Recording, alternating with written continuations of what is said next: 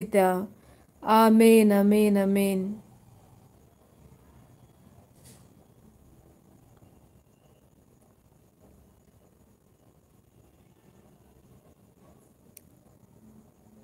वचन 9 मध्ये आपल्याला पाहायला मिळतं, डोळ्यांनी जे पाहिले नाही, कानांनी जे ऐकले नाही, माणसांच्या मनातही जे आले नाही, ते आपणावर प्रीती करणाऱ्यांसाठी देवाने सिद्ध केले आहे.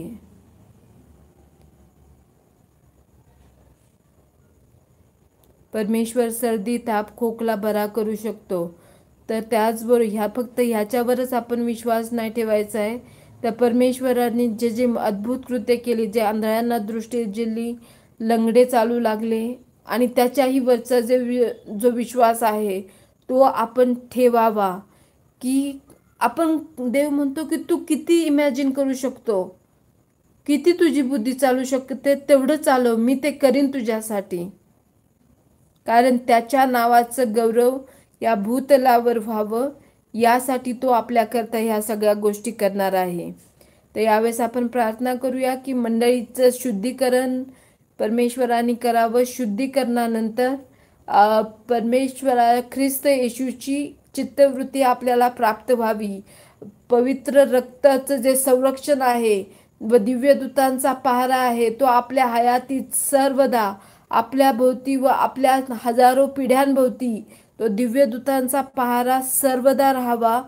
त्याचबरोबर आपण व आपल्या पिढीनेही जिवंत देवाच्या विरोधात जाऊन पापकर्म करू नये, यासाठी पण आपण प्रार्थना करणार आहोत.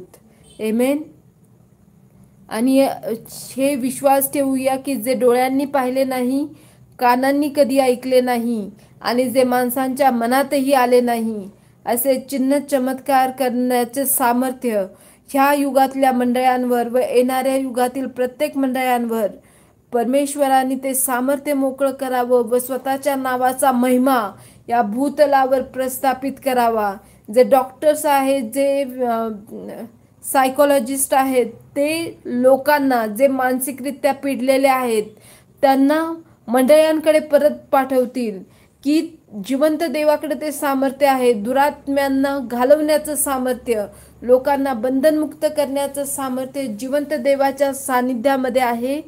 आणि ह्या युगात व येणाऱ्या प्रत्येक युगात पुन्हा पुन्हा परमेश्वराने सिद्ध करावं. आपला प्रतापशाली वरदहस्ताचं सामर्थ्य, आपला वरदहस्त उभारून परमेश्वराने प्रगट करावं, यासाठी आपण प्रार्थना करूया.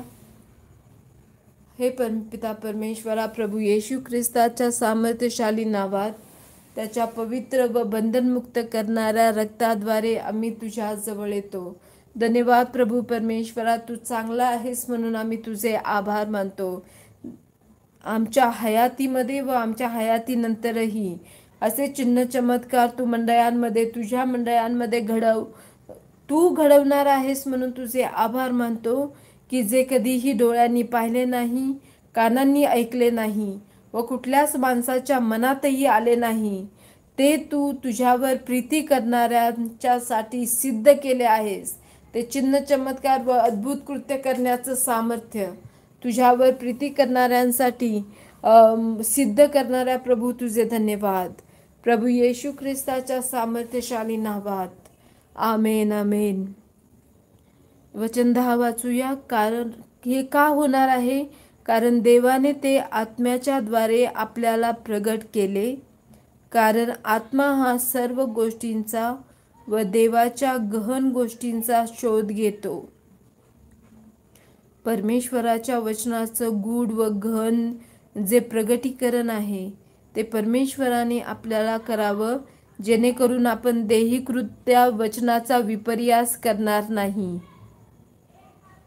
आता वचनाच्या विपर्यासावरून आपल्याला एक हे माहीत आहे की तुम्हाला संदेश देण्याची शक्ती असली, अन्य भाषाही बोलता येत असल्या, हे आपण वचन खूपदा ऐकले आणि याच्याबद्दल लोक खूप बोलतातही, आणि वारंवार ते वचन घेण्यात पण येतं. खूप लोकांना हे माहीतच आहे की कुठं असेल ते.